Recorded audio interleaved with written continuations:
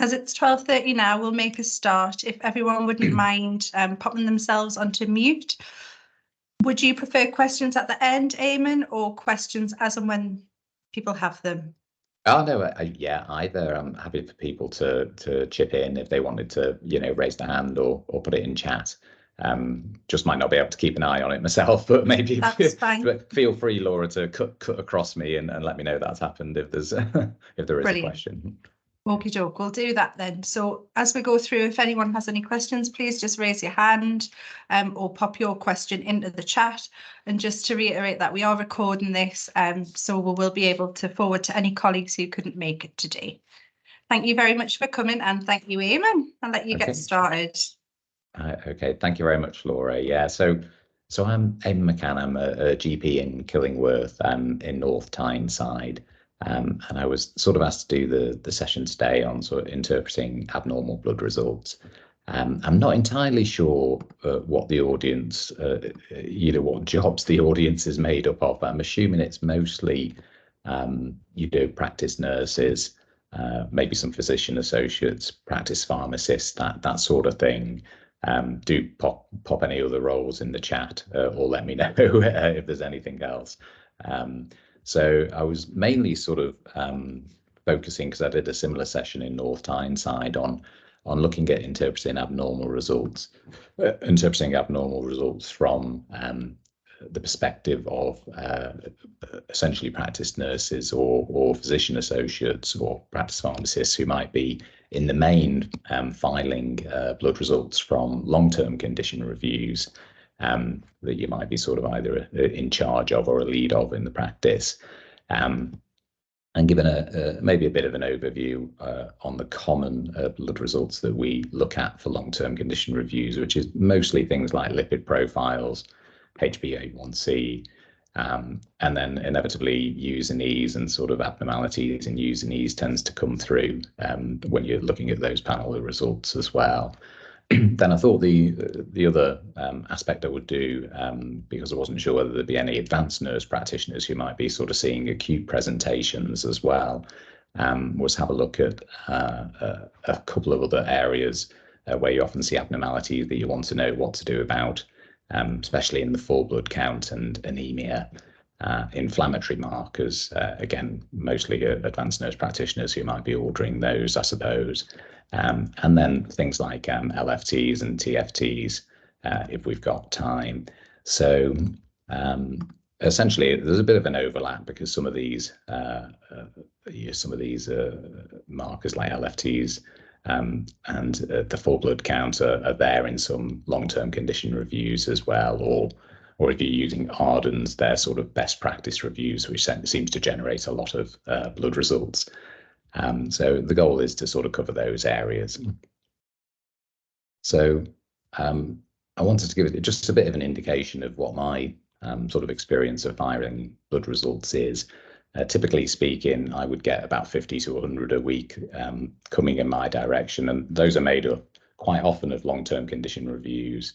Then obviously ones were requested by me from people that I've seen, ones that I get sort of inherited, if you like, from other people's, either because it's just been mistakenly allocated to me or the district nurses have done them and you're on call and you tend to get those blood results.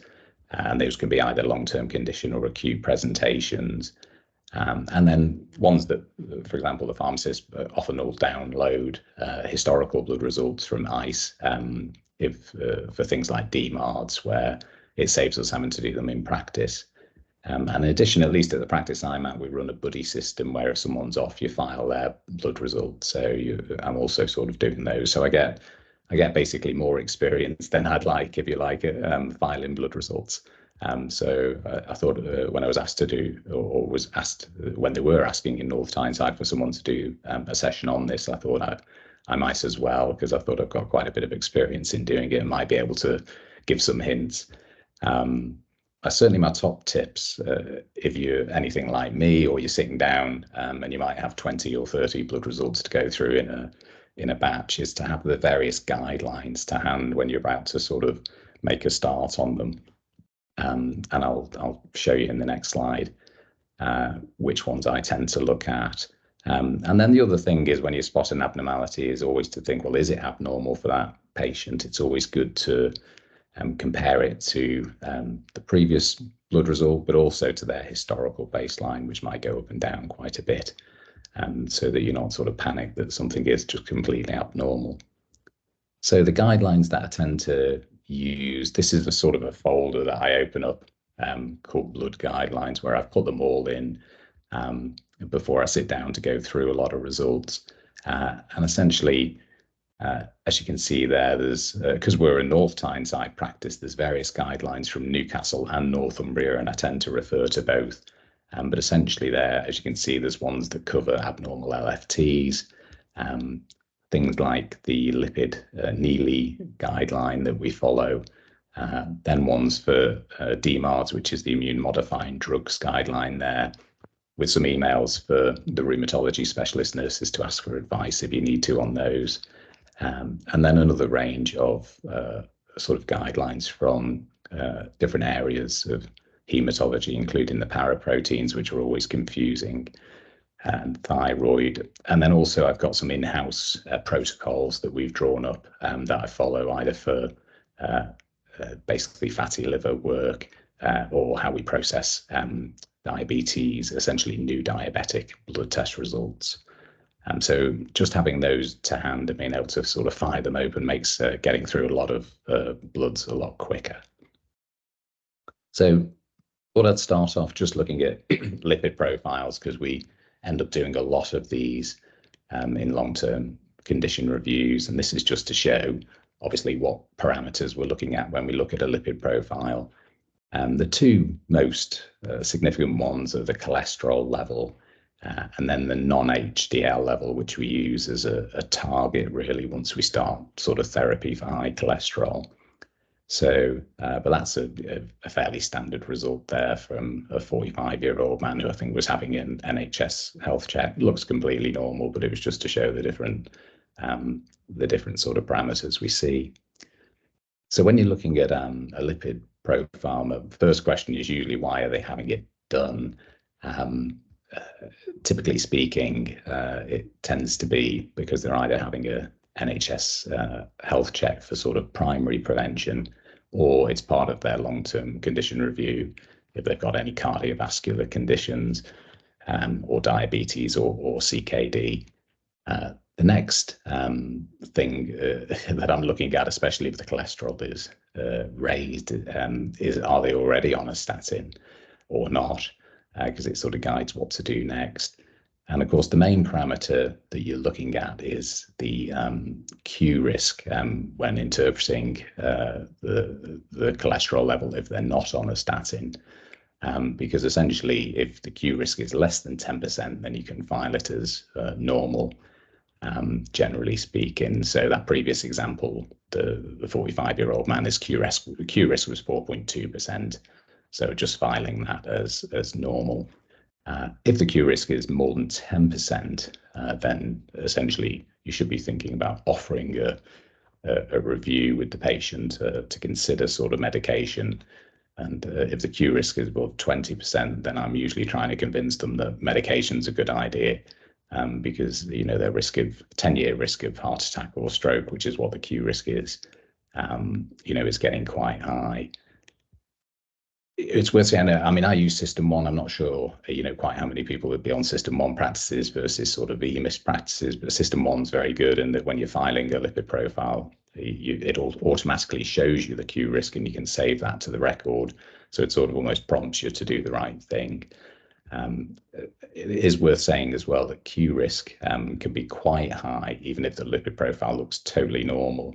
And the cholesterol looks good, under 5. The non-HDL might be quite low at, say, 3, but the Q risk can still be about 30 or 40% because age is a major factor in it. And, in those situations, you still typically want to be offering a statin to cut down on their cardiovascular risk. So just moving on to the next slide, in terms of what to do with specific sort of values in the lipid profile. For me, I would tend to look at the cholesterol first, And there's a sort of a a rule of thumb.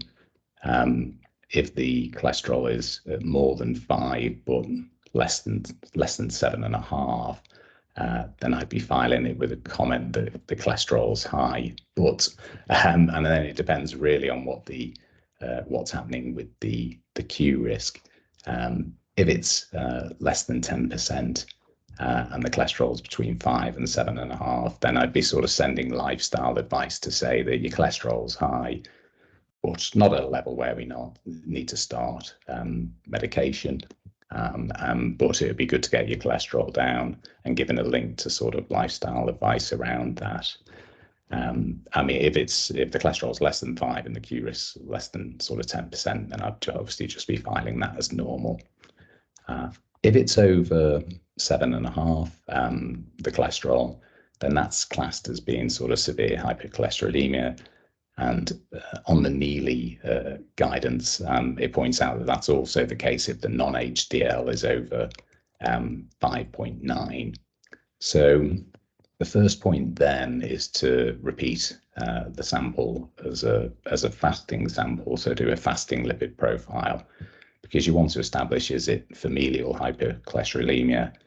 And when we're doing the fasting sample, the main thing that we're looking for is then the non-HDL level on the fasting sample, because if the non-HDL is less than 5.9 on the fasting sample, then essentially you're doing what would be a standard way of managing the lipid profile, calculating the Q risk, and then considering a statin based on the Q risk if it's above 10%. Whereas if the non-HDL is still raised above 5.9 on the fasting sample, then you are a bit more worried about familial hypercholesterolemia, and you need to think about then assessing for that. Ideally, you'd be sort of inviting them in for an assessment, or at least talking to them on the phone, and then thinking about, do they need referring on for the lipid clinic, basically. And the same applies actually in the guidance. If the LDL is greater than 4.9 on the repeat, but generally we're looking at the non-HDL there. So that was essentially a flow chart of what I've just been talking about there for lipids. So just to sort of clarify, again, if it's above 7.5 or the non-HDL is above 5.9, then the first step is to complete this fasting sample. And then if we do end up doing a sort of an assessment, a face-to-face assessment, what you're looking for is physical signs of high cholesterol, which tends to be things like the tendons and thumata, which present often around the elbows there. And occasionally you look at the xanthelasma on the eyelids, or things like a corneal arcus, which is a pattern where you can see a slight sort of line around the pupil on the iris.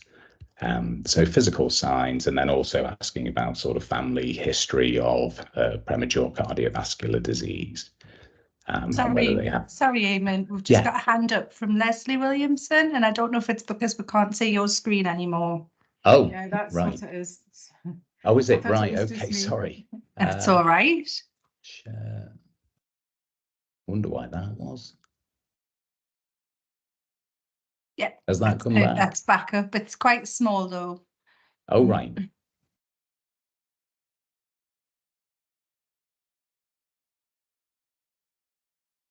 Sorry, is that bigger? Yeah, I can just about see that. Oh.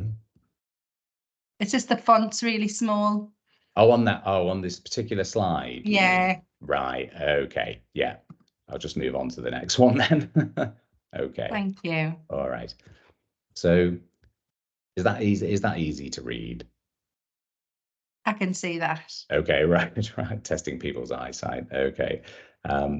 So just moving on. Yeah, this is a 60-year-old man. A few examples, basically. 60-year-old man who was in for a hypertension review. Cholesterol 5.5, which doesn't seem too high. a non-HDL of 4.1. So they're below that level of sort of 7.5 and 5.9 respectively to think about familial hypercholesterolemia. And when I was filing that, his Q risk is 16.55%. So in terms of what to do, from what we've already said, essentially he's a guy who you'd like to sort of offer statin therapy to. Because there's so many of these, as a practice, we've sort of come up with a protocol where our process, if you like, for inviting people in to consider having a statin is sending them an Accurix, which is the text system that we use. So, for example, in this gentleman's case, I just sent the Accurix, filed the blood results as C-text to patient, and then the Accurix runs off a template that we've already set up, which just says your blood test shows you might benefit from cholesterol lowering medication, which is either a statin or new medications. Partly we put that because people have very fixed views about statins, so might not reply if you just said statins, and then direct them to a link to read, which is from the Heart UK. Which has got a good overview basically of cholesterol, what is high cholesterol, with links to the medication, and then just put it to the patient that if you're interested in starting medication, then call the practice and leave a message with the admin team. And then that's passed to the practice pharmacist to take further in terms of if the patient's interested in starting a statin.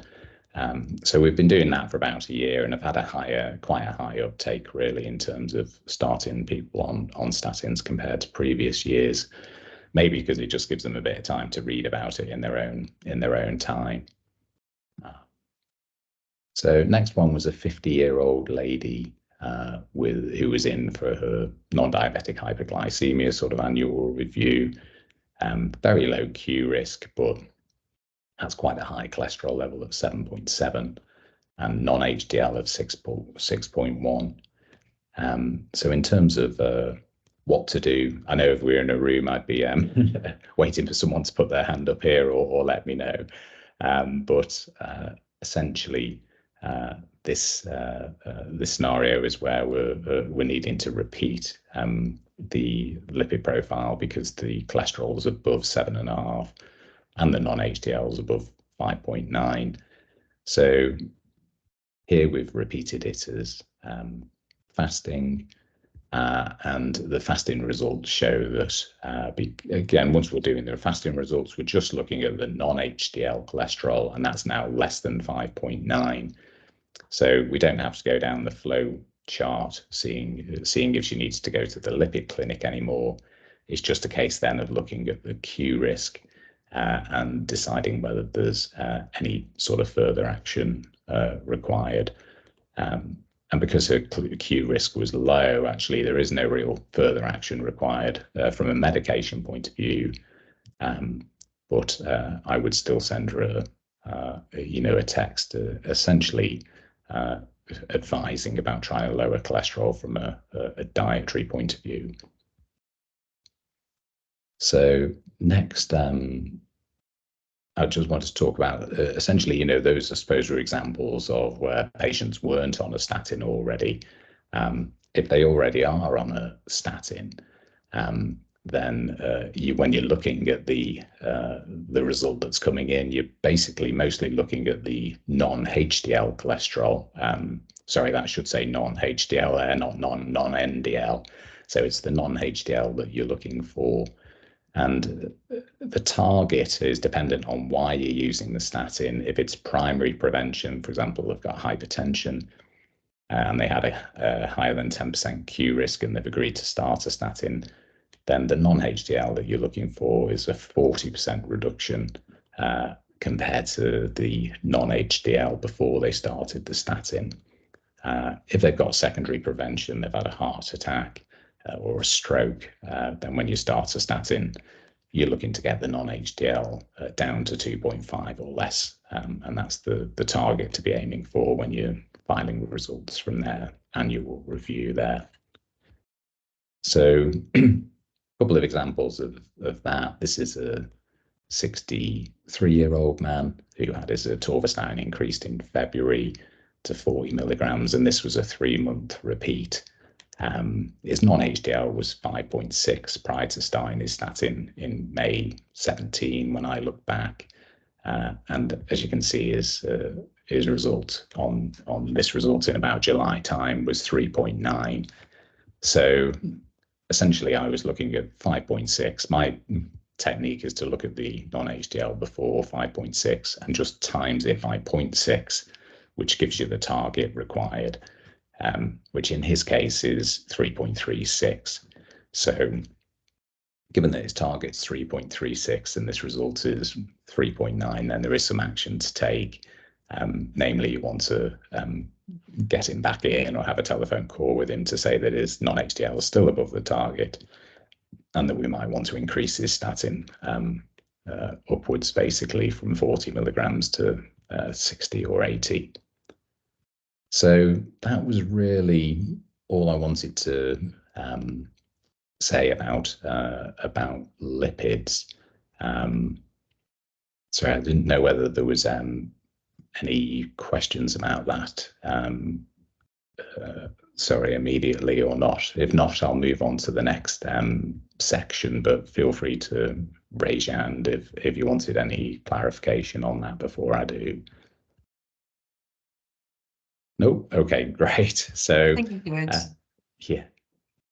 Next one then to move on to was really looking at HbA1c.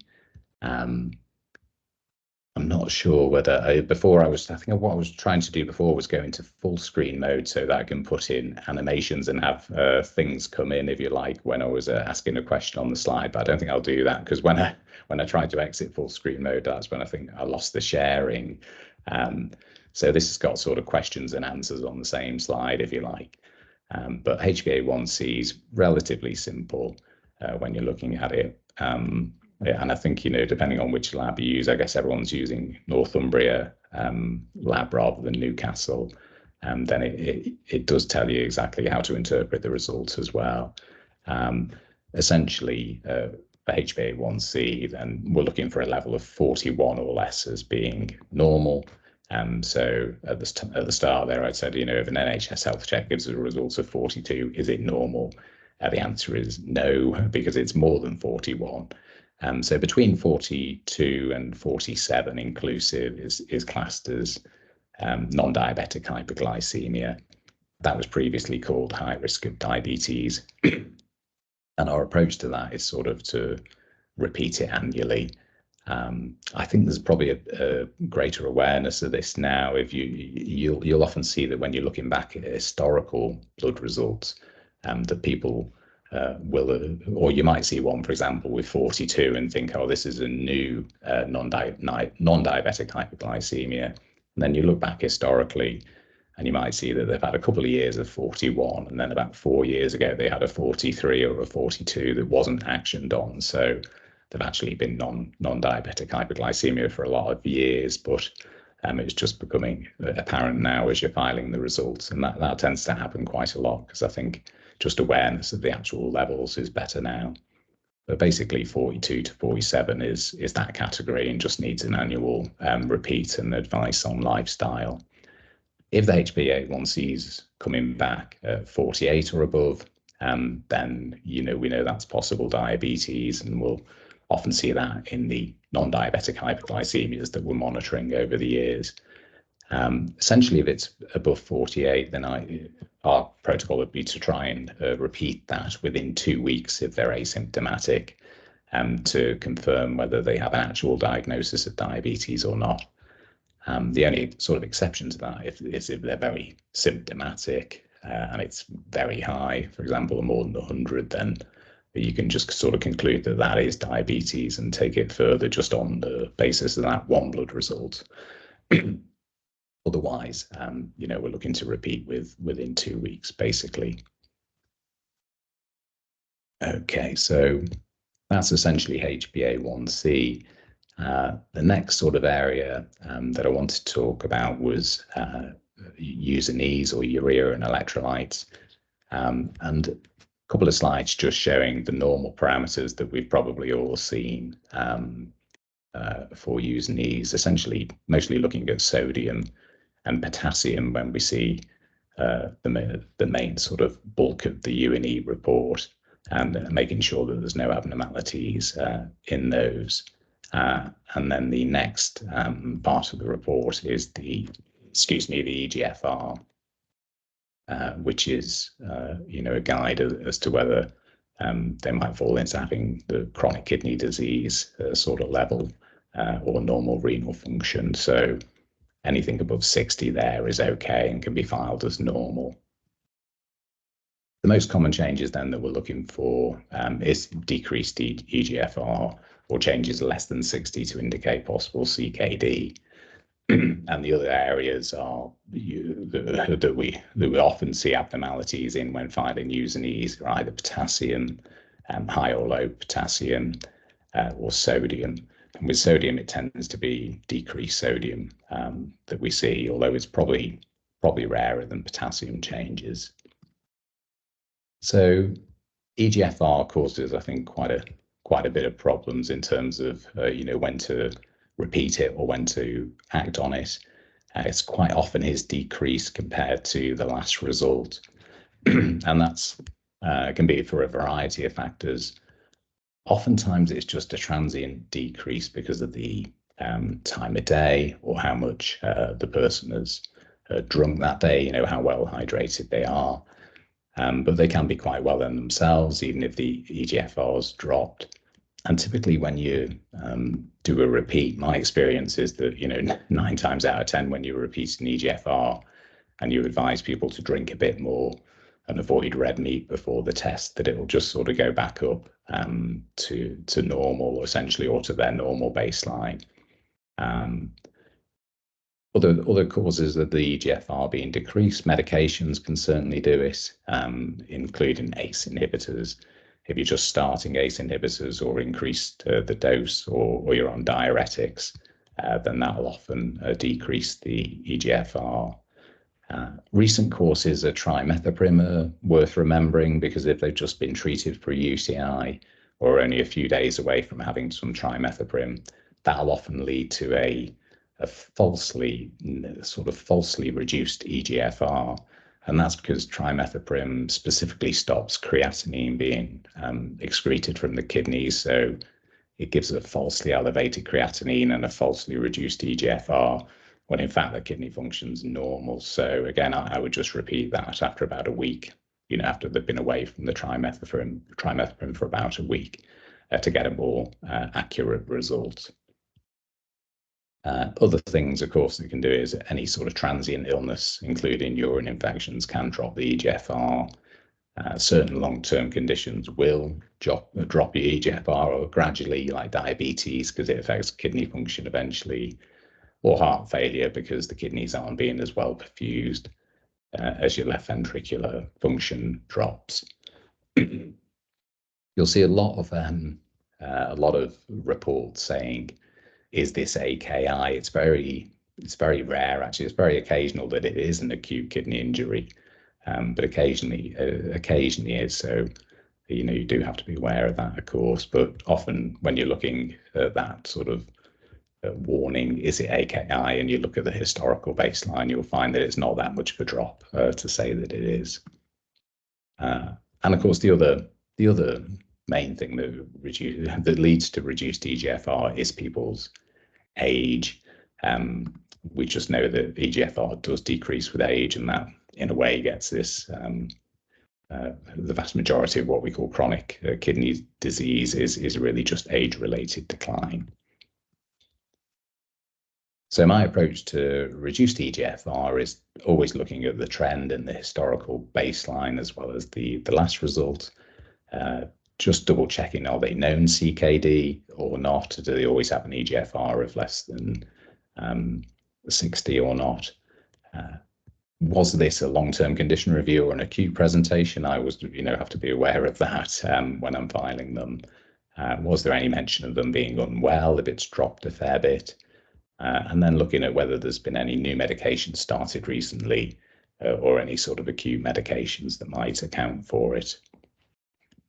The other thing about that I'm generally looking at in terms of when to repeat it is what reserve is left.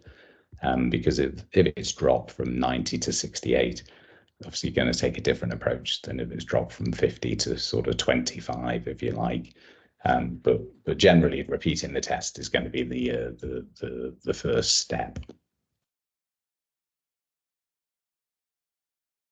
So this is a lady who, 85-year-old lady, just for example, annual review, who's known CKD3. It's come in at 54. Obviously, no action is required here because this is the result in July, and in January it was exactly the same. And you can see she's just running along at her normal baseline, and she hasn't sort of passed or crossed any sort of borders of the CKD sort of classification. So this is a slide just showing the categories of CKD, because I suppose when you're looking at EGFRs, one of the times that you do have to take an action on them is if they've dropped such that they fall into a different category of CKD, because you want to recode people.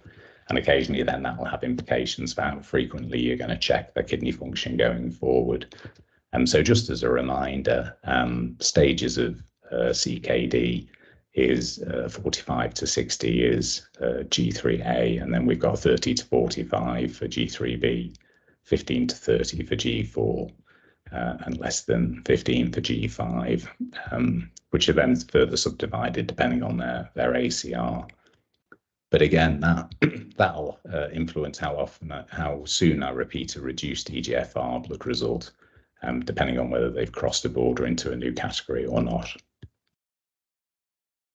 So when to repeat the test, excuse me, just a few examples really of how I would approach it. My general rule of thumb is if it's less than a 15% decrease in EGFR, I tend not to repeat it really, unless it's crossed into a new CKD class. And when I would repeat it within a week or two, just to see whether they have a stable drop in a new CKD class and I need to recode it. If it's above a 15% change, then I would certainly think about repeating it.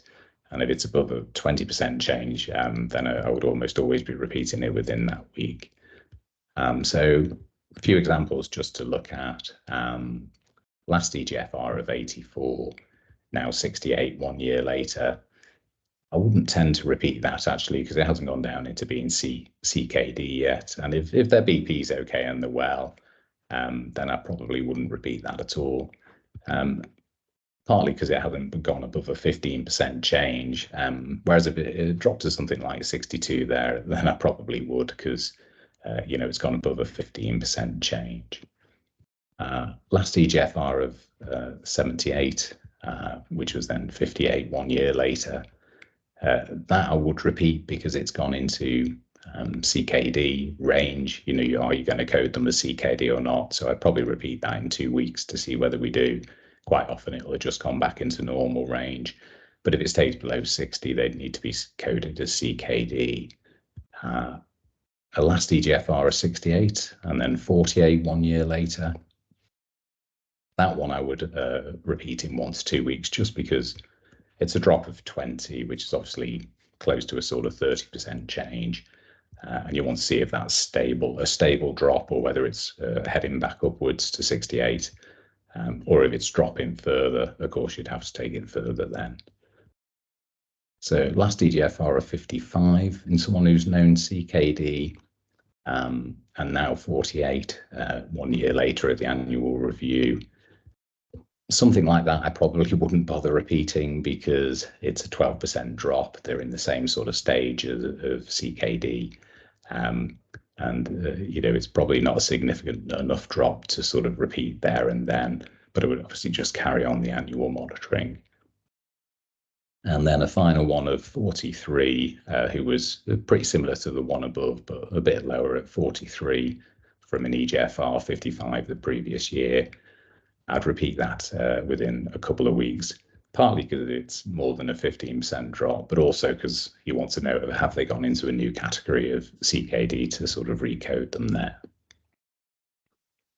Okay, so I hope that's relatively clear. It's a bit sort of confusing, I think, EGFR, and I think, as I say, there's only sort of rules of thumb that you can apply to when to repeat them. There's no specific guidance about exactly when you should repeat EGFRs. There is in the Newcastle kidney guidance very clear guidelines on when to repeat them after starting ACE inhibitors. But for annual reviews, when you're seeing sort of almost natural variations in EGFR, it is a bit more a bit more of a case of taking a pragmatic approach and then just applying sort of like rules of thumb, if you like, to when you'd like to repeat them. So next element of the urea and electrolytes that tends to need some thinking about, if you like, when they come back a bit abnormal, is the potassium level. People tend to get quite scared of potassium coming back high because we've all been told that high potassium can lead to arrhythmias and needs to be acted on very quickly. Excuse me. My experience is that the renal team takes a very much more blasé approach to it than us. And are quite happy with higher potassiums perhaps than our sort of uncertainty it let us deal with in primary care. But they do have, again, useful guidance on this from the Newcastle kidney guidelines. And essentially they classify it into mild hyperkalemia, which is 5.5 to 5.9, moderate, which is 6 to 6.4, and then high, which is 6.5, and above, which is getting into very dangerous levels. First thing to say, I suppose, about hyperkalemia is that there's a lot of potential causes. There's quite often artifactual causes, which can lead to it being a spuriously or anomalously high potassium. And those include things like just difficulty getting the bloods in the first place, which leads to hemolysis, or having to use smaller needles to get it out. Delays in transit can raise potassium, so just the amount of time it took to get to the lab can lead to a high potassium level. A bit like MCV is another, MCV in the full blood count's another one of those things that can just rise due to transit time as well. But then there's obviously a lot of real medical reasons that lead to high potassium as well. Poor renal function is probably the major one as you start to get into end stages of CKD or renal failure. And then the other big group to consider when we're looking at high potassium levels is what medications are they on, or what medications might they have just started. The main sort of culprits for rising potassium are ACE inhibitors, or the A2RBs like losartan or candesartan, and spironolactone. And particularly if they're on an ACE and spironolactone together, that'll often put the potassium up somewhat. So in terms of how to approach it with mild potassium, 5.5 to 5.9, if they've sort of come and gone from a long-term condition review and didn't appear particularly unwell, and there's nothing in the journal or the notes to say they were unwell, I'd just usually be looking to see if they've got a new medication or culprit sort of meds, and whether they've had any previous episodes.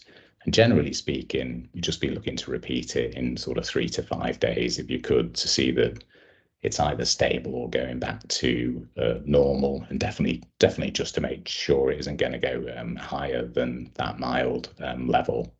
If it comes back still quite elevated, then you might need to reduce a medication if one is there that you're fairly sure is the cause of it. If it's not so obvious, then occasionally I'll just be giving dietary advice. And in that folder I showed at the start, there's essentially a subfolder with leaflets on potassium, how to essentially increase or decrease potassium by dietary approaches. So mild, that's really all you have to do, I think, in terms of approach. With a moderate level where it's gone above 6, The guidelines suggest you should take basically the same approach, but aim to repeat it within a day if you could. And then also aim to sort of see the patient and just check that they're definitely not unwell, and that there's no obvious sort of physical cause for the higher potassium, including overdiuresis, being sort of like essentially dried out too much by medication. Above 6.5, I mean, obviously if potassium comes back above 6.5, then that's much easier to deal with because it's so high that essentially you've just got to get in touch with the patient and explain that, you know, you're best off getting checked out at hospital and being admitted, because and having it repeated there, because above 6.5 there is an immediate risk of arrhythmias.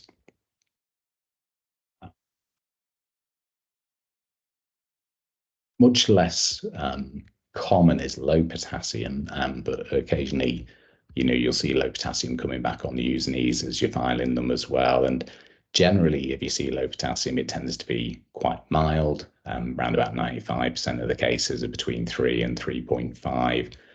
And typically speaking, people won't have any symptoms with that at all. The most common causes of sort of a mild hypokalemia, if you like, are diuretics, especially thiazide diuretics like benraflumethiazide, and occasionally loop diuretics. If it was an acute presentation, then the most common cause is diarrhea and vomiting. I must admit, generally speaking, with low potassiums, you're looking for the underlying cause and then trying to correct that. I tend to tolerate a slightly low potassium of sort of 3.2 to 3.4 if people are on a thiazide diuretic and it's controlling their blood pressure, because it tends to be quite nice and stable, if you like. If it's dropping much more than that, then you probably want to think about stopping the medication and choosing an alternative. But generally speaking, low potassium has less of a feeling of dread about it than high potassium, if you like. It tends to be less dangerous, or needing less sort of like quick action. So just moving on then, I think I've talked about everything I wanted to on U's and E's. I was going to move on next to talk about full blood counts, and mostly focus on sort of anemia, but just wanted to start by putting essentially the normal full blood count out there, if you like, for us to have a look at. It's very difficult to find a full blood count that doesn't have one of the parameters flagged up as abnormal, though, because there's so many parameters within the full blood count. But essentially, the main ones that you tend to be looking for are the hemoglobin level and whether they're anemic or not, and then the MCV, or mean cell volume, which tends to guide you in terms of interpreting anemia. Quite often, you'll see 3 or 4 of the other parameters slightly off, but you know, the significance of that generally doesn't tend to be overly significant. So I'll often file those as normal, and we'll come on to that in a little while. So when we are coming across full blood count, either from a long-term condition review or an acute presentation, and we notice that people are anemic, which is less than 130 for a man or less than 115 for a woman, then my general approach to that is to ask, is it new? Is it a new anemia? And is it and if it's a known anemia, is it stable? But in either case, it's also a case of judging the severity of the anemia and whether it needs any immediate action, or whether we've got a bit longer to do a workup for it. Do they have any other conditions that could immediately explain why they might be anemic?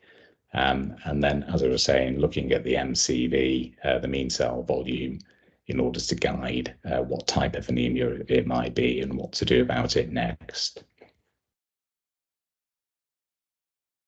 So when we're looking at the MCV in anemia, it tends to go in one or two directions. Macrocytic is when the MCV is raised, more than 100. And that tells you that the causes of the anemia tend to be either deficiencies such as B12 deficiency or a folate deficiency, or other possible reasons. It'd be excess alcohol leading to a high MCV and anemia, occasionally hyperthyroidism as well. So when I see anemia with a high MCV, generally the first approach is to check B12 and folate and see whether they're normal or not. And also, if it's not obvious from the notes about alcohol, then trying to find out, what's the alcohol intake that the patient's got.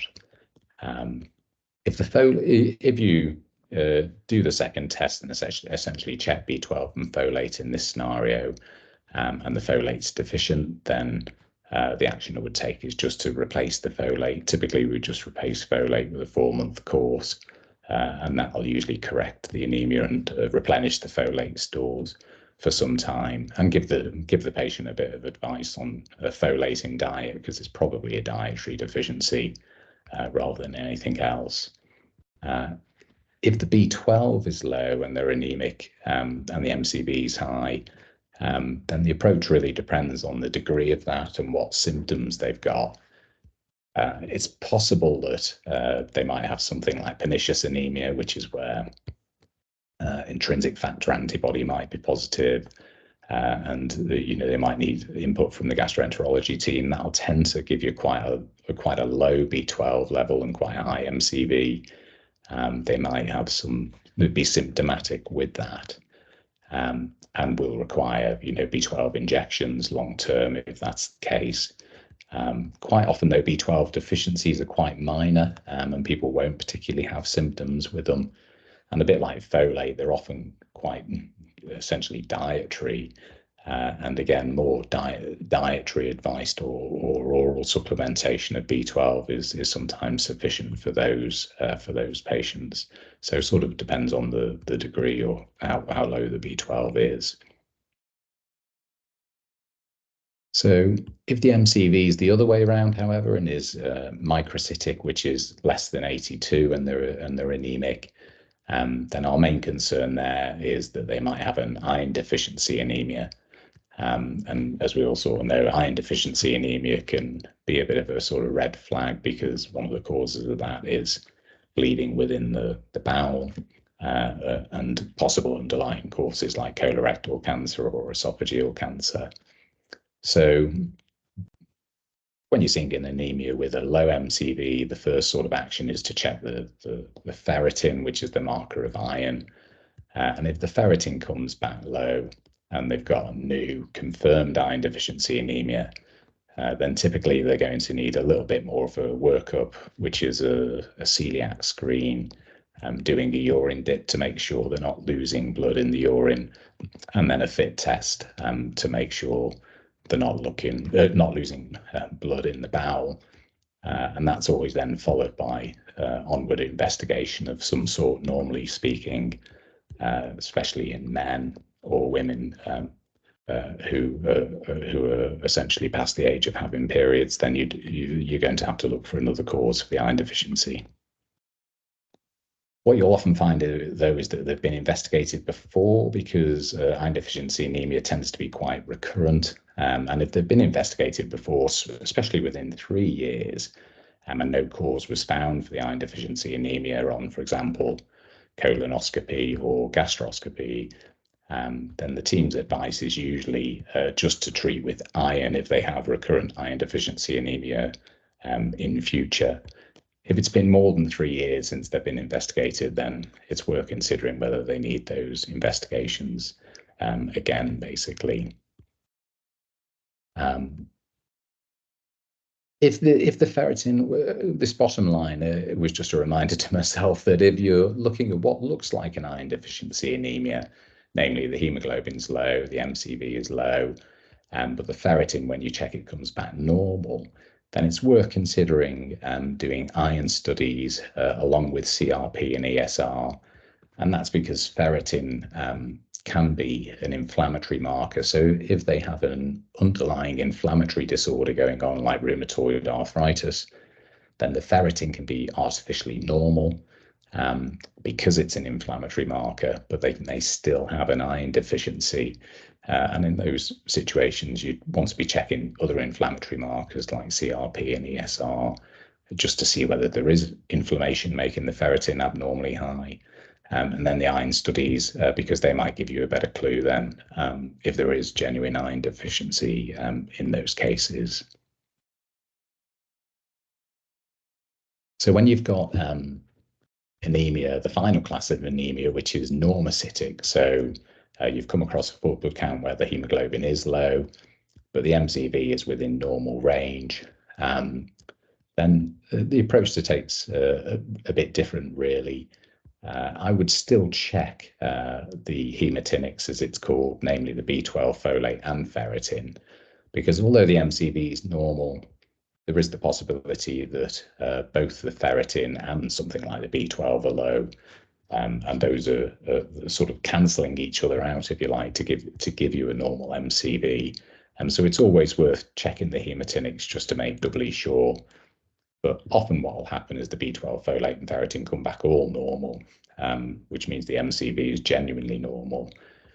In that case, you're typically then reviewing the patient for any symptoms that might explain the underlying anemia. And I would basically consider doing a workup in this situation to make sure that you're not missing any underlying conditions. And that'd include things like inflammatory markers, ESR and CRP, along with bone profile, thyroid function, because hypothyroidism can give you a normocytic anemia as well.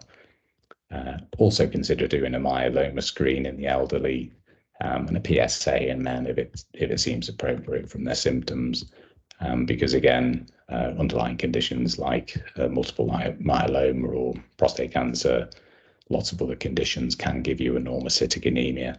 So definitely needs investigating a bit further. I think I've just got some examples of cases that I've been dealing with a bit earlier this year. So this was a gentleman whose blood result came in for me to file. You can see that he's got a normocytic anemia, hemoglobin of 122. When you look back at previous readings, it was a bit higher in the January of that year, but historically it's been up and down quite a bit. So anything as low as 113 there in the past, and it's 122 at present. So I would class that as being quite stable and mild normocytic anemia. And he also has, on reviewing his problem list, quite a few reasons why he might have a normocytic anemia, because normocytic anemia is also sometimes called, or one of the causes of normocytic anemia can be something called anemia of chronic disease. So if you have underlying chronic diseases and a normocytic anemia, then that's often the cause of it. In his case, he's got hypertension, CKD. He also happens to have a sort of a stable but malignant tumour of the liver. So he's got plenty of reasons why he might have a normocytic anemia. So I didn't feel there was any need to sort of investigate that any further, and it's quite stable at the moment. This was another case, which was a 64-year-old man with fatigue and headache. So he'd had his full blood count checked for that. Come back showing that he was, again, mildly anemic with a hemoglobin of 114. MCV was normal, though. And his HB actually had been normal in the September the preceding year. So he had quite a bit of a drop. I ended up, when I saw this blood result, just calling him to review if he'd had any other symptoms, such as, change in bowel habit, night sweats and the like. But apart from the headache, there was really nothing else. So we did end up essentially doing a bit of a workup in terms of other bloods. And that was not including things like the myeloma screen, the ESR and CRP and the like. And that was all normal except for having a raised ferritin of 304. and the bilirubin of sort of 26. Not obvious still what the cause of the anemia was, but we'd further investigations planned there. Ultrasound of his liver was the sort of next step. But from memory, I think that came back normal. And I've got a feeling actually on the repeat blood test that his anemia sort of drifted back towards normal as well. And it was probably one of those blips that we didn't get an answer for. This is an example of a 54-year-old female who had presented with cough, but also had some heartburn, and obvious on review of the notes, had a fairly high alcohol history as well of about 20 units a week for several years. So she had quite a sort of a significant anemia with a hemoglobin of 89 and an MCV of 122, so very macrocytic. And my immediate thought here was, is this related to alcohol given the high MCV? And has she got any bleeding going on in the GI tract given the heartburn? I think next steps actually when we checked as well was to check the hematinics given the raised MCV. It showed that she'd got quite a low B12 level, which again you can see with high alcohol, and a raised ferritin, which you can also see with high alcohol and fatty liver, which you can get from alcoholic liver disease as well. So in her case, I think we did do a gastroscopy as well, which was surprisingly sort of quite normal. And on replacing the vitamin B12, her anemia improved quite a lot. So I think the B12 deficiency was actually driving a fair bit of anemia in her case, surprisingly. So I think that's all I wanted to say about anemia. Not sure if any questions regarding that, then feel free. Otherwise, I'll just move on to talk a little bit about the other parameters that we sometimes see on full blood counts that we might need to act on.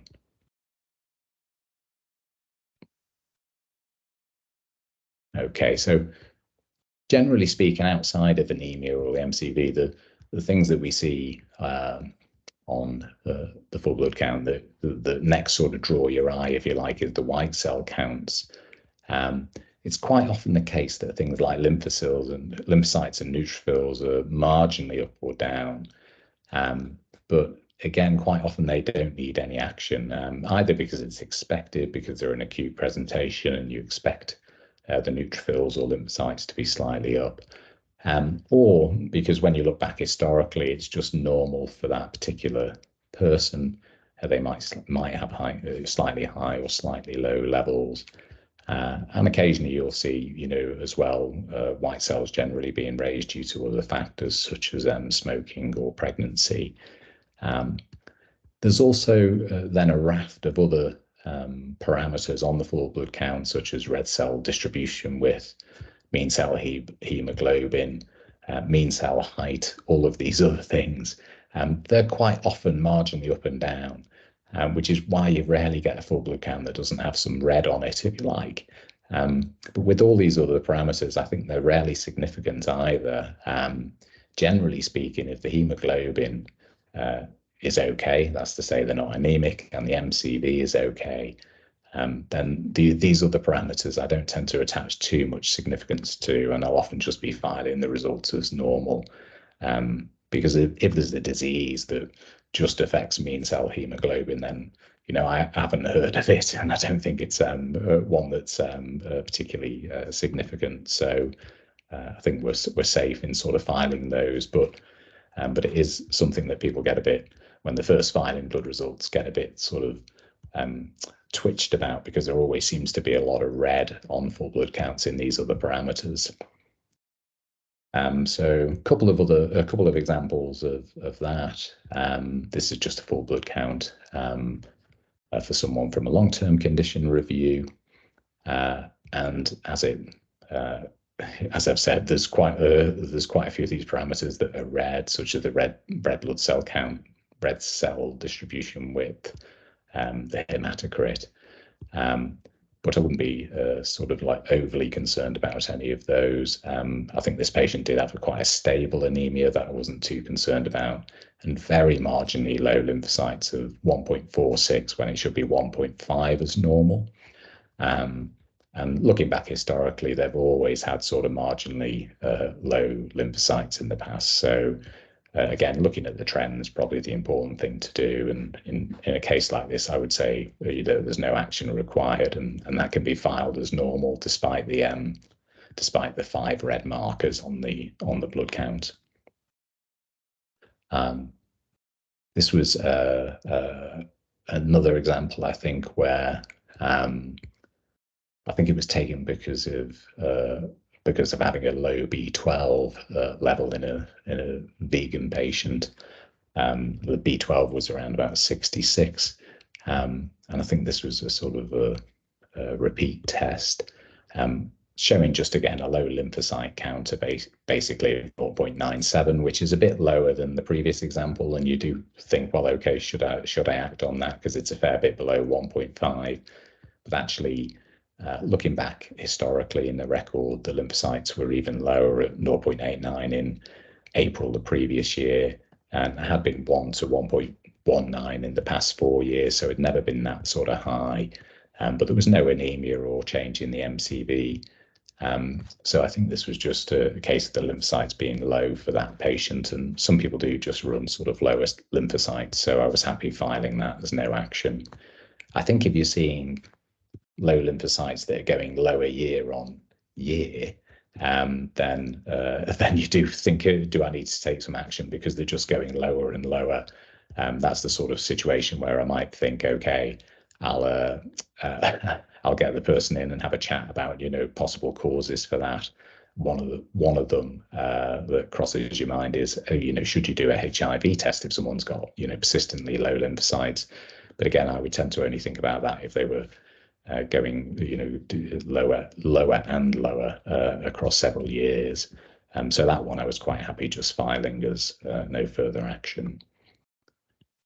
This is just an example of looking at how you, on system 1 at least, you can compare all the previous years of the full blood count parameters. So it was for a 41-year-old lady with pelvic pain and irregular periods who had a relatively normal full blood count, no anemia. But again, just to highlight that although you can have 3 parameters that are red, the hematocrit, the mean cell hemoglobin in this case, and the eosinophils, I'd be happy filing this as normal because she always has slightly high eosinophils.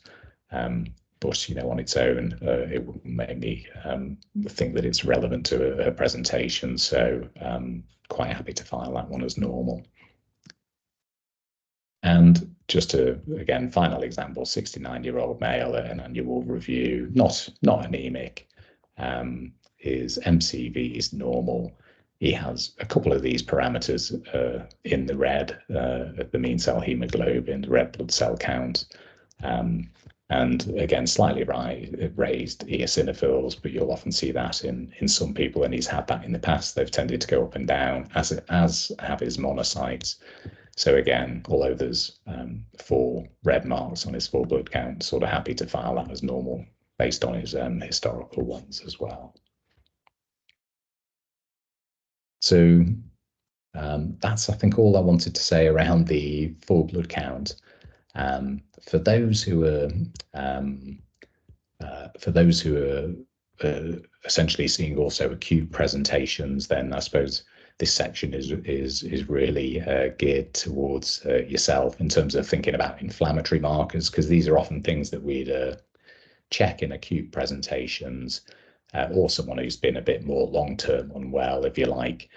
Because the 2 main inflammatory markers we'd be looking at are CRP, which we tend to check in very acute presentations. It's a marker of the acute phase response, or ESR, which is a marker of more long-term inflammation. for those who might have been sort of non-specifically unwell for some time.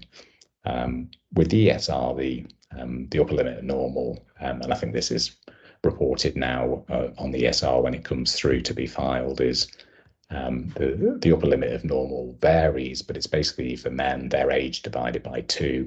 So for an 80-year-old man, you'd expect it to be 40 or less. And for women, it's the age plus 10 over 2. So for an 80-year-old woman, you'd expect it to be 45 or less. If they come back raised, it's not usually a surprise because you're checking them thinking that they might be raised. But occasionally you'll find that someone else has checked them or they've been checked for some reason. And it's not so obvious why they're raised from the presentation. In that case, obviously you do have to review the patient and inquire about any other symptoms that might lead to them having raised inflammatory markers, or did they forget to mention any acute acute sort of symptoms if you were reviewing them for a chronic problem. Occasionally you'll see just mildly raised inflammatory markers, CRP, that are up a bit, an ESR that's up a bit, and you think, well, it's probably not up enough to be significant, but you repeat them and they sort of refuse to go down to normal. And I've seen that before, and asked for advice about it before as well, in terms of advice and guidance. And they've sort of found out that they can both be mildly raised in obesity, surprisingly, but that's worth bearing in mind, because you'll often see just mild raises for people who are overweight. But if they're sort of raised and you've got no real other handle on why they might be raised or aren't going down, then it is worth considering further investigation, including more extensive panel of blood tests, including tumour markers, if there's no obvious cause for example, a raised ESR in particular. Partly, or part of the reason for mentioning inflammatory markers is that you will come across other parameters in other blood counts, if you like, that are surrogate inflammatory markers. So in particular, if you were just filing bloods from long-term condition reviews, but you happen to notice that people's platelets are raised, for example, then that can be because the platelets are a surrogate inflammatory marker, and might indicate there's some underlying inflammatory process going on. So if I see raised platelets on a full blood count from a long-term condition review, for example, then my general approach is to repeat that, usually within sort of 1 to 2 months, but also repeat genuine inflammatory markers like ESR and CRP at the same time, partly to see whether the platelets are up because of inflammation or whether they're up because of another cause, and to see, does everything go back to normal on that repeat or not. The other inflammatory marker, which we've already touched on actually when I was talking about it earlier, is ferritin. So ferritin can be an acute phase response marker, so it will go up in infection and inflammation, like it will be up in rheumatoid arthritis or with a chest infection if you happen to check it at those times. So as I was saying before, if it's raised unexpectedly, for example, when you're checking someone with anemia, then it's worth checking CRP and ESR as well, to work out, is the raised ferritin down to underlying inflammation you didn't know was happening. If you come across a raised ferritin but the CRP and ESR are normal, then I think most people then immediately start thinking, does this patient have hemochromatosis? Do they have like iron overload because their ferritin's raised? So it suggests that iron is high. But actually hemochromatosis is very rare and probably only accounts for less than sort of 10% of raised ferritins that you come across. By far the more common cause of raised ferritin, if there's no inflammation going on, is usually fatty liver or alcohol intake. Those will both raise your ferritin level, as well as renal problems as well. So I know I've been talking for about an hour. Is that an hour and 10 minutes? So I was going to suggest just having like a 2 to 5 minute break before moving on to the last couple of things, which is LFTs and TFTs as well. Partly to give myself a chance to have a sip of water. But if anyone would like to put any questions in the chat in the next couple of minutes, then I'll be happy to reply to that. Otherwise, I'd probably suggest me restarting in 2 or 3 minutes, if that's okay. All right. That's perfect. Thanks so much. All right, thanks. Thank you. Okay.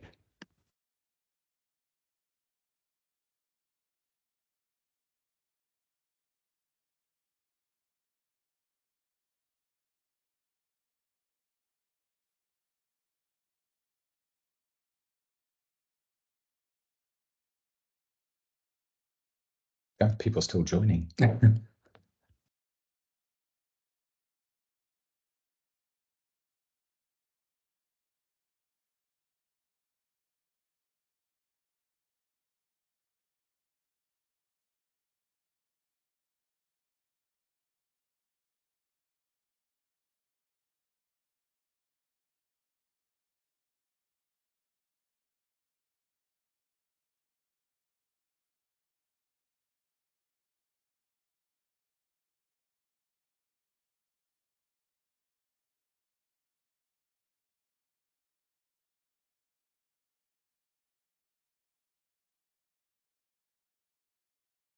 Okay, I think I'll make a start again.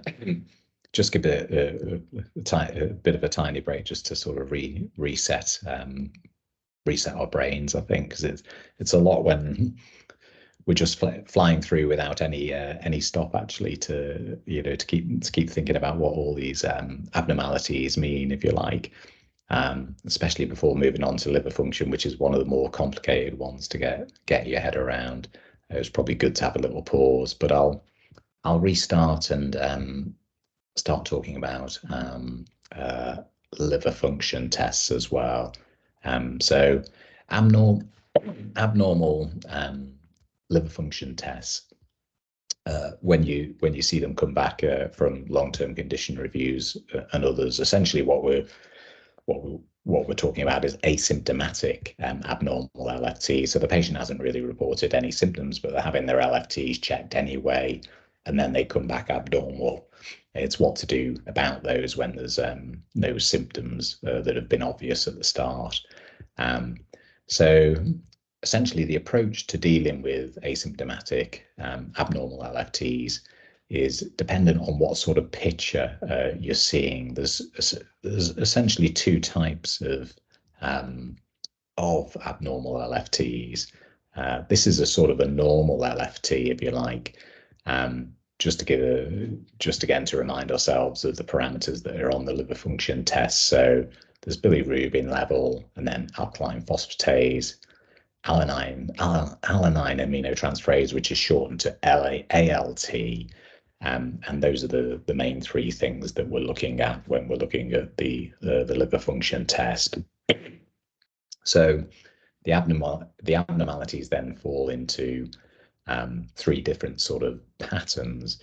The first is an obstructive picture, which is when the alkaline phosphatase is raised. And sometimes you'll see that the gamma GT, gamma glutyl transferase, or gamma GT, can be raised along with alkaline phosphatase if that's checked. It doesn't come on the standard LFT, so you'll need to request it, and people often will if the alkaline phosphatase is checked to see whether it's a genuine obstructive picture. And that can be secondary to bile duct blockage, either because the bile ducts themselves are getting blocked by something like gallstones in the common bile duct, or because of something like a head of the pancreas tumor, which can affect the common bile duct, and that can lead to this obstructive picture when the alkaline phosphatase and gamma GT will go up. And eventually, if it's down to a serious pathological cause like that and nothing's done about it, then eventually the bilirubin will go up as well. So that's one type of picture. In this picture, the ALT tends to be normal. In the other picture, which is called the hepatic picture, then it's the ALT that's raised, and that's showing more irritation in the liver itself, because the ALT is a liver enzyme. And what you might find there is that AST, which is another of the transaminases, will also be raised if you do check it. So the most common causes for a hepatic picture, where the ALT and or AST is raised, tend to be fatty liver, or alcohol, are generally the most common causes. Excuse me. Intercurrent illness can definitely cause it. A variety of viral infections, or a pneumonia can raise your ALT. And that's why the guidelines suggest that the first thing to do if you're facing a raised ALT is to repeat it in 3 months. That's partly because if it is down to an intercurrent illness, which a lot of them are, it's to give that time to settle down and for the ALT to improve to normal.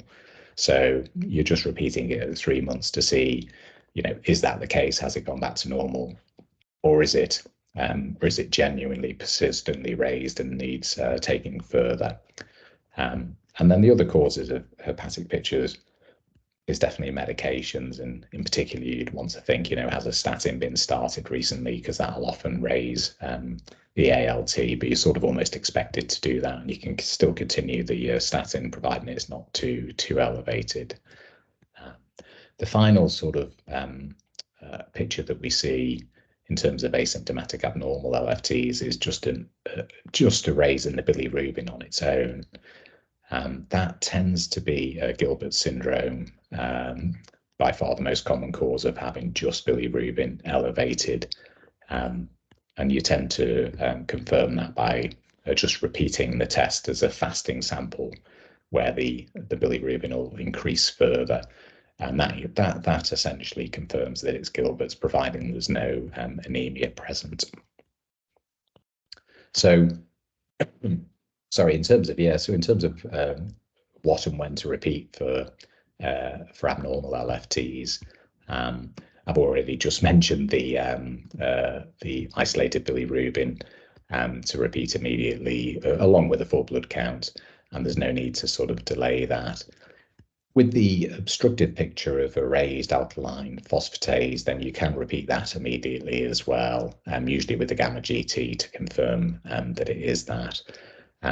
If it's an isolated raise in alkaline phosphatase, that's to say that the gamma GT is normal, the bilirubin is normal, and then it's always worth checking vitamin D and a bone profile, because low vitamin D is one of the commonest causes of having a raised alkaline phosphatase. And if you correct a low vitamin D, then often the alkaline phosphatase will go back to normal. If the vitamin D is normal and there's a gradual increase in alkaline phosphatase over the years, and then it's worth considering, is it coming from a bone cause rather than from the liver? And the most common cause for that picture is Paget's disease, when it's essentially, you're looking at a liver function test, but it's giving you a marker from bone rather than from liver. With the raised ALT, as I was saying, we tend to check that in 3 months' time, and when you recheck it, then you're rechecking the liver function test, but you're also checking at the same time AST, gamma GT, and full blood count, following the local guidelines. And that's partly to allow you to do a FIB4 score if the raised ALT comes back raised again and it's persistently raised, because, as we said, one of the most common causes is fatty liver. I mean, if that's confirmed on an ultrasound, then you're in a position to calculate the FIB4 score from these bloods that you've rechecked at the 3-month point. And if it is still raised at that point, apart from doing a provisional FIB4 score, you will be organising a full liver screen, which includes an ultrasound to check whether it's fatty liver or any other cause. So the full liver screen that you do at the 3 months, if the ALT is still raised, includes markers such as hepatitis B and hepatitis C, ferritin to exclude hemochromatosis as a cause, and then other metabolic markers such as HbA1c and the lipid profile. If it's fatty liver or non-alcoholic fatty liver, you want to make sure that they don't also have problems with diabetes or high cholesterol. And the approach to non-alcoholic fatty liver is very much lifestyle advice, like it is in those conditions. Then other aspects of the full liver screen are things like liver autoantibodies, celiac screen, and the immunoglobulins, as well as the ultrasound scan. I don't know. I know that I've only moved over to Northumbria ICE in the last sort of 6 months or so. So it was quite complicated to arrange a liver screen on Newcastle ICE because you had to individually find the tests all around the system in order to compile the full liver screen. But on Northumbria ICE, it is really nice and easy to do because they've got something called GP profiles, which is down here on the left when you're on Northumbria ICE. And if you click on that, and then at the top left-hand corner, there's asymptomatic abnormal LFTs. This just means that you've already got the collection of tests that you want to do next in the same place to sort of guide you. So if you click on asymptomatic abnormal LFTs, you see either initial liver screen, isolated bilirubin, or full liver screen. By initial liver screen here, they mean that collection of tests we want to do at 3 months when the ALT is raised. So that's essentially what happens if you click on that, and it tells you to do the liver function tests, gamma GT, AST, and FBC. And then if you click on the full liver screen instead at the bottom, for example, when the ALT has come back still raised at 3 months, then it gives you this full panel of tests, and you can just go through and tick the ones that the patient hasn't had done recently to complete the full liver screen. So a couple of examples from this year with relation to that. This was just a liver function test, I think, that was coming in because somebody had an acute illness. Had seen our physician associate, Lucy, whose name is there, who's filed it. And as you can see, it's a liver screen, a liver function test that shows just an isolated raise in ALT, marginal raise of 46. So Lucy's correctly filed that as repeat it in 3 months' time, you checking LFTs, AST, and FBC as per the protocol we follow, basically. This was liver function test that I was filing in the summer, which was a 54-year-old man who I talked to on the phone, who'd just been complaining really of some ankle swelling, and his last bloods in 2020 were okay. He reported moderate alcohol, but his liver function test came back quite markedly abnormal, really, with a bilirubin of 111, which is very high. And I actually phoned him up with the results of these tests to let him know about what they were showing and the next plans. And I did ask him, basically, has nobody remarked that you look jaundiced at all? Because I expected he would look jaundiced with a bilirubin of 111, and his wife or friends hadn't remarked on it. But also you can see that his alkaline phosphatase was quite raised, and his ALT is normal. I mean, initially looking at that, you might think, oh, is this an obstructive picture then? Because his alkaline phosphatase is raised, maybe I should check a gamma GT. Perhaps he has gallstones or a head of the pancreas tumor rising, now leading to a raised bilirubin. But actually there were some other clues in his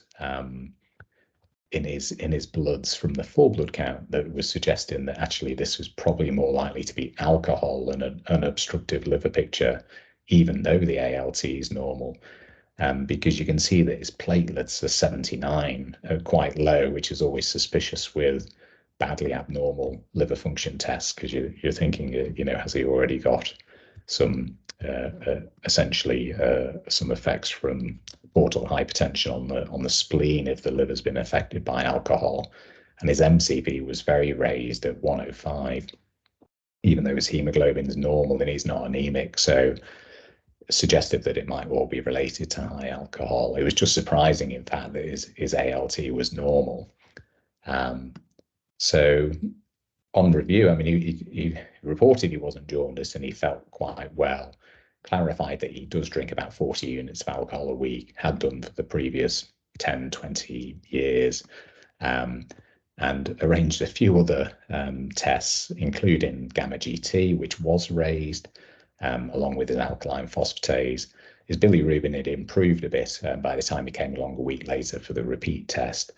But his AST is significantly up, so it does show there's hepatic involvement and it's not just sort of an obstructive picture. The next step for that gentleman was to arrange an ultrasound scan, which did show that actually his gallbladder and pancreas looked fine, but there was some evidence that the liver was already showing signs of cirrhosis on the ultrasound scan, so he was just referred straight on to the gastroenterology team, the hepatologists.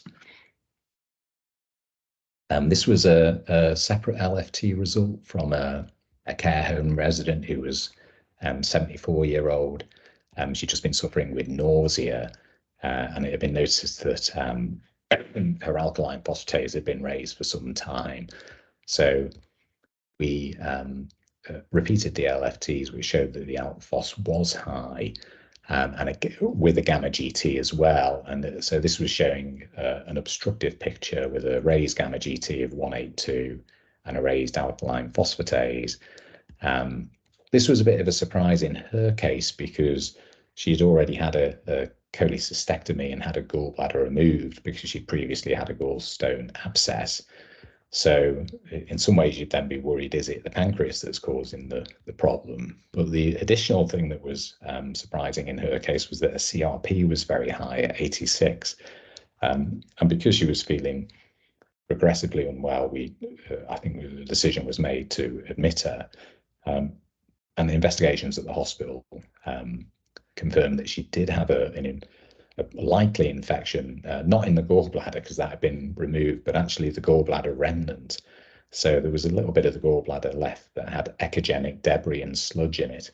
And it was felt that she was essentially having a sort of cholecystitis in that small amount of gallbladder that was left.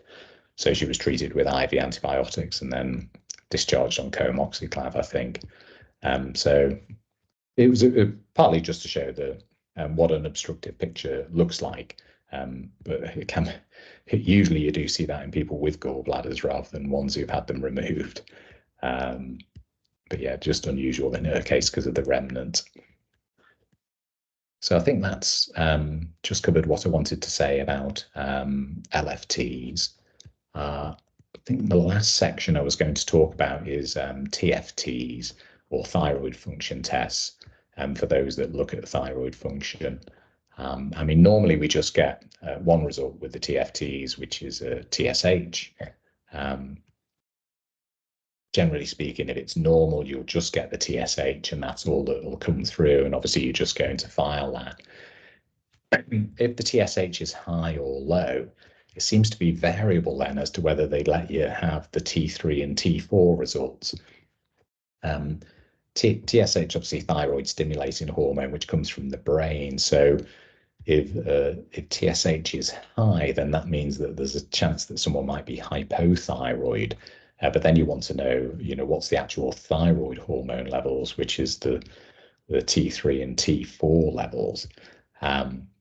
So if you then do get T4 given in the result, it helps you judge, what to do about a high TSH, because high TSH where you're thinking, is this hyperthyroidism, with a T4 level that's low or the T3 level that's given, if it's low, then that confirms they've basically got what we'd call over hyperthyroidism.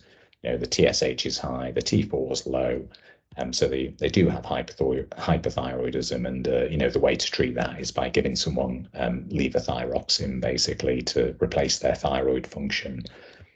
It gets a bit trickier when the TSH level is high, but the T4 level comes back normal. That's something we call subclinical hypothyroidism. So the actual thyroid hormone level going through the body, the T4, is in the normal range, but the TSH from the brain suggests that if you like, hypothyroid. but clearly they're not, because the T4 is normal. So with subclinical hypothyroidism, we have a particular sort of approach to that I'll come on to on the next slide. It's more rare really to see the TSH being low, and that's when you're considering, are they hyperthyroidism? Do they have an overactive thyroid, and is that why the TSH from the brain is being sort of driven low? So again, if the TSH is low and the lab then gives you the T4 result and that's high, then that's really hyperthyroidism, which needs treatment, and usually you're referring those straight on to the endocrinology team to sort of deal with that. If the TSH is low but the T4 is normal, it's a bit similar to the subclinical hypothyroidism picture, in that you think, well, it's not genuine hypothyroidism. And typically I would just repeat that in 4 to 6 weeks to see whether it was just a spurious result. If it stayed, because it can be spurious, it can be sort of spurious, if you like, just from having a chronic non-thyroidal illness, or other types of drugs being present, such as steroids, prednisolone and dexamethasone. Drugs like levodopa as well can cause that, and obviously levothyroxine if they're on thyroxine. If it stays low, the T4, if it stays normal but the TSH stays low, then you're wondering if that's endogenous subclinical hypothyroidism, which is much rarer than subclinical hyperthyroidism, and I'd probably be writing to endocrine for a bit of advice and guidance on that. But it is rare really to see this TSH low and T4 normal. By far, the vast majority of what we see is the hyperthyroidism and the subclinical hyperthyroidism. So when we're faced with subclinical hyperthyroidism, this is where the TSH is low, but actually the thyroid's looking normal on the T4. I would usually then be reviewing to see whether they have any symptoms or not. And if people describe symptoms that sound consistent with hypothyroidism, the guidance says start a trial of thyroxine and see whether they improve. But quite often people won't have any symptoms.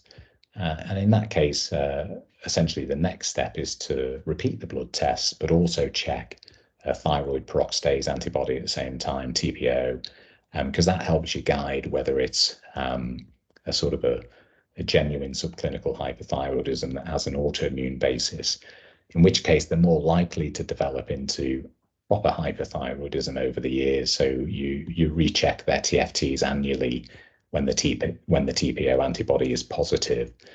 But if on the repeat test the TPO antibody is negative, then we just generally suggest rechecking the TFTs every 3 years if they don't have any symptoms with their subclinical hypothyroidism.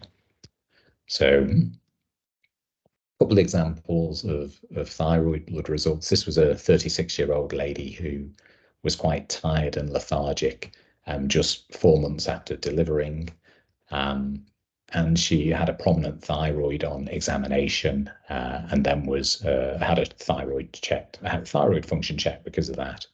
And this is just to sort of like show a classic hypothyroid picture. A TSH is well and truly raised at 40, above the 4.5, and the T4 is genuinely low at 7.8. So she's got a hypothyroid picture. Her TPO antibody is also strongly sort of positive, which suggests she might have an autoimmune basis to a thyroid disease, although she's probably getting what's called postpartum thyroiditis. But because she was already TPO positive, she was probably more prone to getting that, post-delivery. So obviously she just needs thyroxine putting in there. This was a lady who had known Graves' disease on a block and replace regime, which includes levothyroxine. And this was, I think, just her annual TFT, which shows that her TSH has risen basically above the reference to 7.9, but her T4 is still within normal range, albeit it's right down towards the bottom end of normal at 11.9. So she basically just needs some more thyroxine, which is what T4 is.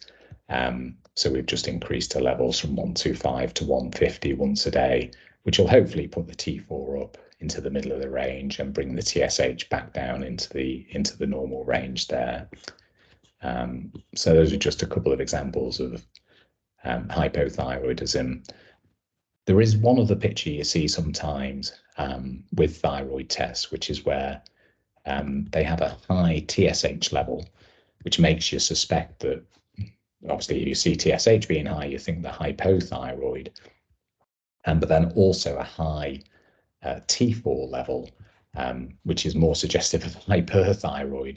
And you'll often see this. I'll query any thoughts there. I know it's difficult on Teams for people to shout out, but you'll often see this picture in patients who are taking levothyroxine, who are coming in for their annual review, but they haven't been taking the levothyroxine.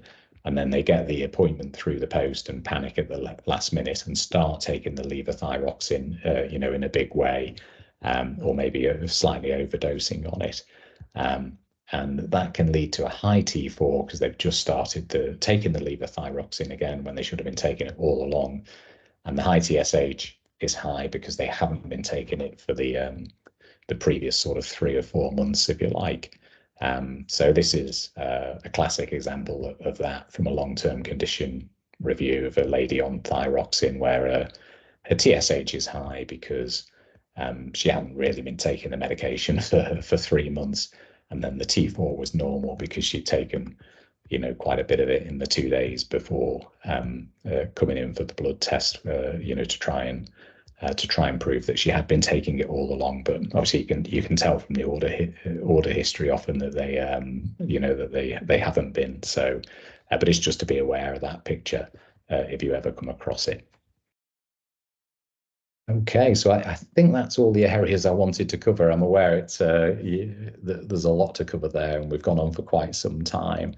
I was just going to say on the last couple of slides that essentially with the guidelines, they're all available on TeamNet. I think I'm assuming that most of the practices will have TeamNet. And this was just a list of the guidelines that I tend to refer to for anyone who was interested. But as I say, it's good to try and get those all into one place so that you can sort of dive into them and get them open when you're running through a lot of blood results to file. Other resources I tend to use that are useful are the Buku app, which is very good for sort of hematological things, just slight ups and downs in the full blood count in particular. And there's certain areas I haven't bothered talking about, such as hypernatremia, hyperparathyroidism, which I always have to go to some flow charts and remind myself about when they do crop up. And I personally find the professional articles on patient.info, which used to be called patient.co.uk, to be very useful. Trying to work your way through the 30 possible causes of hypernatremia or hyperparathyroidism, if you're faced with those results.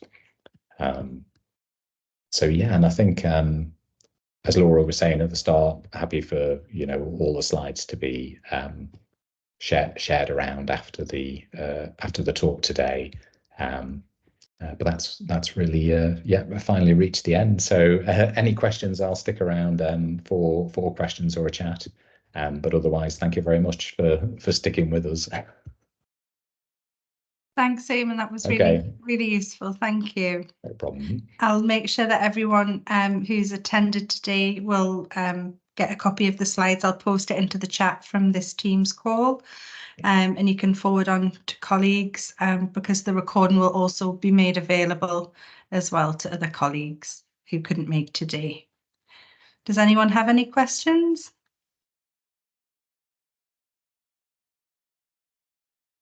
Don't think so. I think that's us done. Thank you very much. All right. Thanks a lot. Thank you. Bye-bye. Bye.